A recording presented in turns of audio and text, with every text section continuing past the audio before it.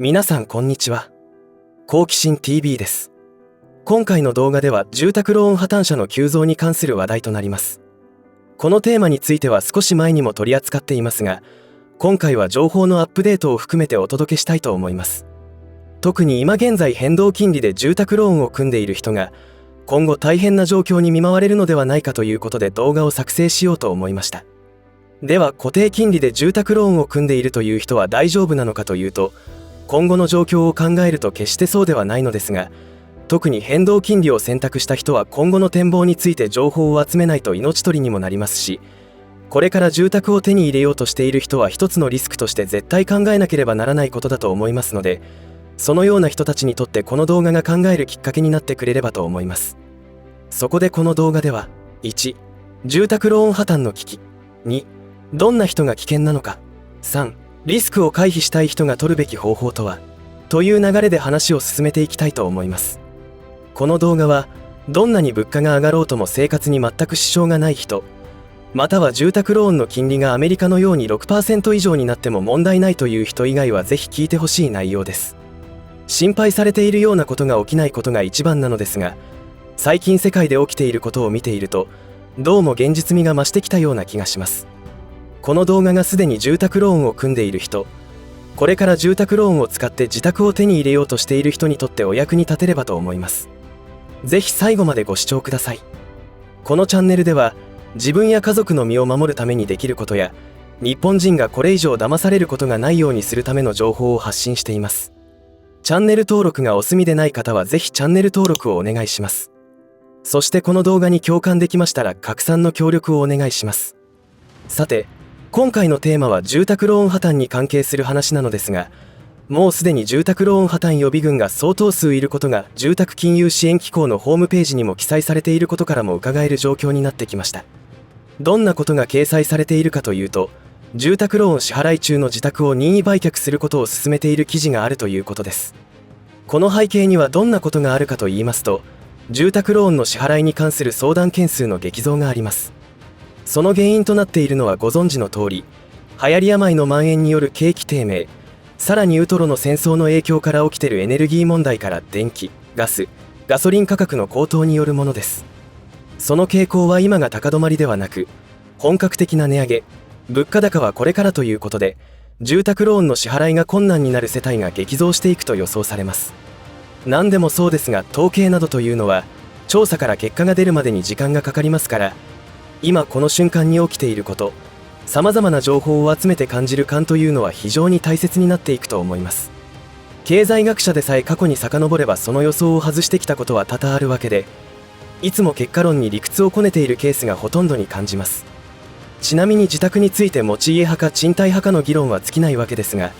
これは本人の財政状況や人生観によるものがほとんどであり、良い悪いの問題ではないので、どちらが正しいかという議論をしても意味がないと思います。しかし本人がどちらかを決めるにあたってそれぞれのメリット、デメリットを知る必要があるという意味での議論は必要だと思っています。皆さんは一般的に銀行ローンに基準金利と適用金利というものがあるのをご存知でしょうか。もちろん住宅ローンにもあります。知らないとしても住宅ローンの契約書には記載がありますので、知らないでは通らない状況になることがあります。みずほ銀行のホームページを見るとこのような形で記載がされています。つまり基準金利というのは定価にあたるもので、適用金利とは各種優遇措置を適用された後の割引後の金利ということになります。問題はその適用金利なのですが、冒頭で住宅ローンの支払いに関する相談件数が激増しているという件や、銀行が任意売却をお勧めしているなどの背景には、住宅ローンの支払いが困難になっている世帯による支払いの遅延が起きており、そうなると適用金利が撤廃になってしまうということです。ここからがポイントなのですが、一度でも住宅ローンの支払いを遅延すると契約上金利の優遇措置は取り消され、基準金利になります。具体的にはご覧の通りに、金利が 0.6% だったものが基準金利の 2.475% ということになってしまいます。そうなると月々の支払い額は 79,208 円だったものがなんと 106,846 円となり、実に 27,638 円増えることになります。支払いが困難になったから遅延したというのに、支払い金額を増加されたらますます大変になるではないかというツッコミを入れたくなりますが、これが現実です。現実として契約にはそのような記載がほぼ間違いなくなされていますので、もし支払いに遅延が生じたら銀行はきっちり法的措置を取ってきます。最悪なのは延滞が3ヶ月続いたりすることで、住宅ローンの契約は破棄され、一括返済を求められるようになるということです。いわゆる自宅を失うというのはこのパターンです。なので、リアル人生ゲームを生き抜くにはルールを知らなければなりません。少し脱線しますが、例えば住宅ローン支払い中の人が何らかの原因で市民税も滞納しているとします。市役所からの度重なる督促にもかかわらず無視し続けていたとしましょう。そうした場合、市役所は何をしてくるかというと、不動産、つまり自宅を差し押さえしてきます。そんなことされたら自宅を売って清算することも現実的に難しいではないかと苦情を言っても全く無駄です。税金は何をおいても第一優先で支払うべきものですという回答しかありません。一度経済状況が狂い出すと取り返しのつかないスパイラルに陥ってしまうのです。そして銀行はどんなに世間から見て社会的地位が高いと言われようとも、所詮金貸し業ですから自分たちが損をしないようにしてきます。なので銀行は今後担保を取っている物件、つまり自宅を住宅ローンで買った場合は自宅が担保物件になりますが、その価値が落ちた場合はいわゆる担保割れということになって追加担保を要求することになります。それができなければ売却しなくてはならないことにもなります。今世界で起きている情報にアンテナを張らなければならない人というのは、特に不動産ローンを抱えている人だと思います。不動産価値が落ちるようなことになったら一気に最悪な状況になります。そこで今回特に取り上げておきたいのは、住宅ローンを変動金利で組んでいる人です。変動金利がいいのか固定金利がいいのかという話ではないことを前もって言っておきます。どちらを選択したとしても支払いを続けることができる経済状況であるならば最悪なケースにはならないからです。固定金利を選択した人はその契約期間中に金利が上がることはないので良いのですが、リスクがないわけではありません。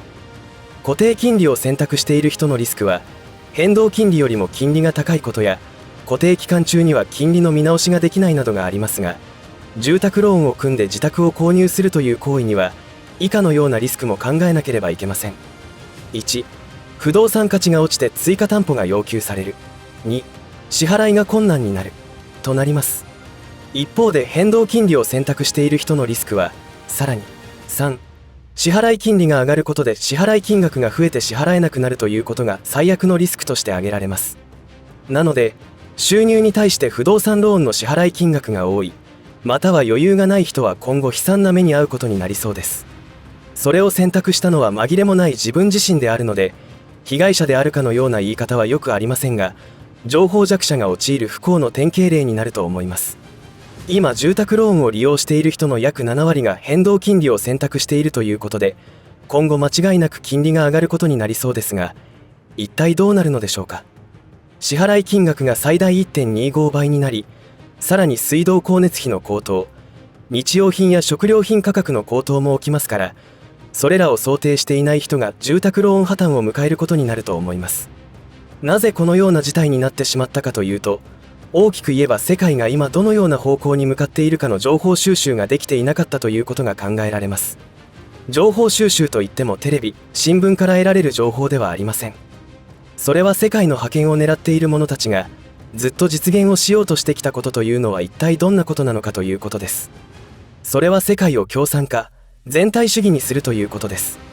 それを推し進めてきたのはグローバリストであり、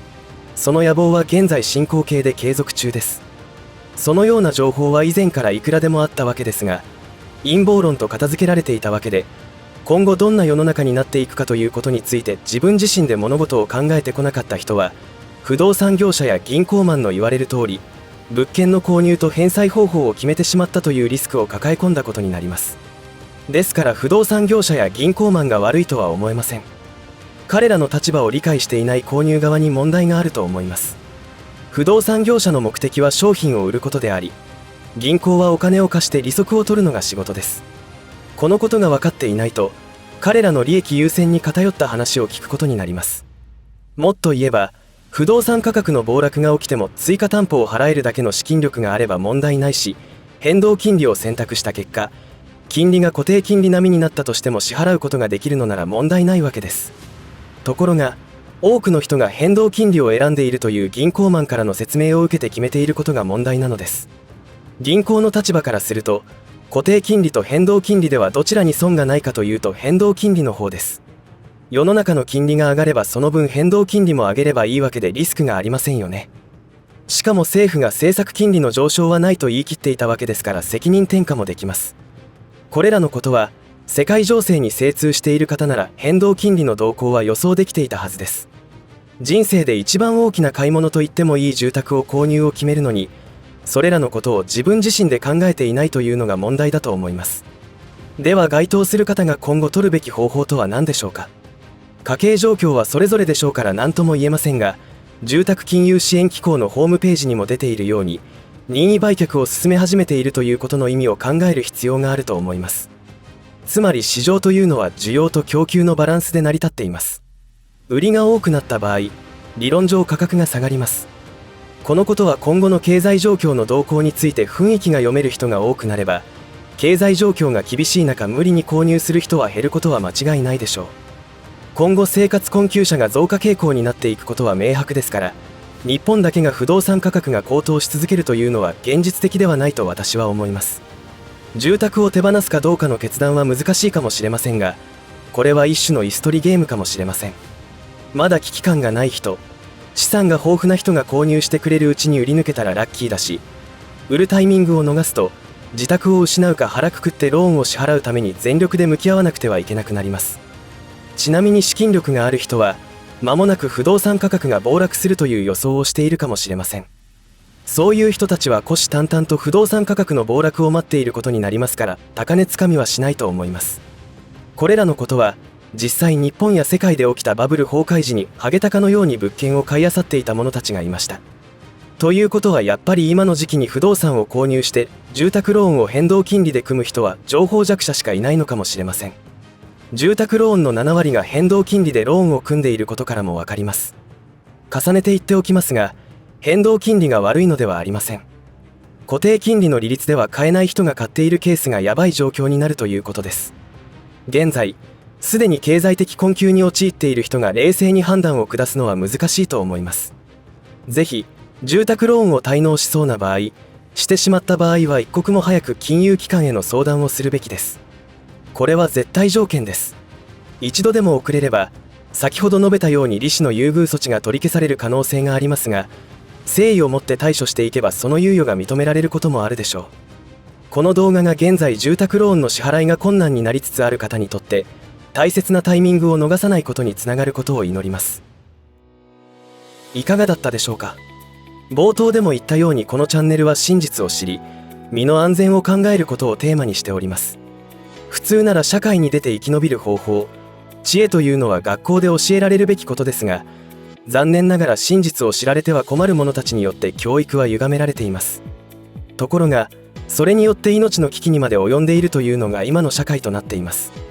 真実を語るというのはリスクも併せ持つことになるのですが、それをやらなければならないということでチャンネル運営を始めた次第です。それでもおかしいことはおかしいと言わなければならないと思いますので、今後も頑張って情報発信をしていこうと思っています。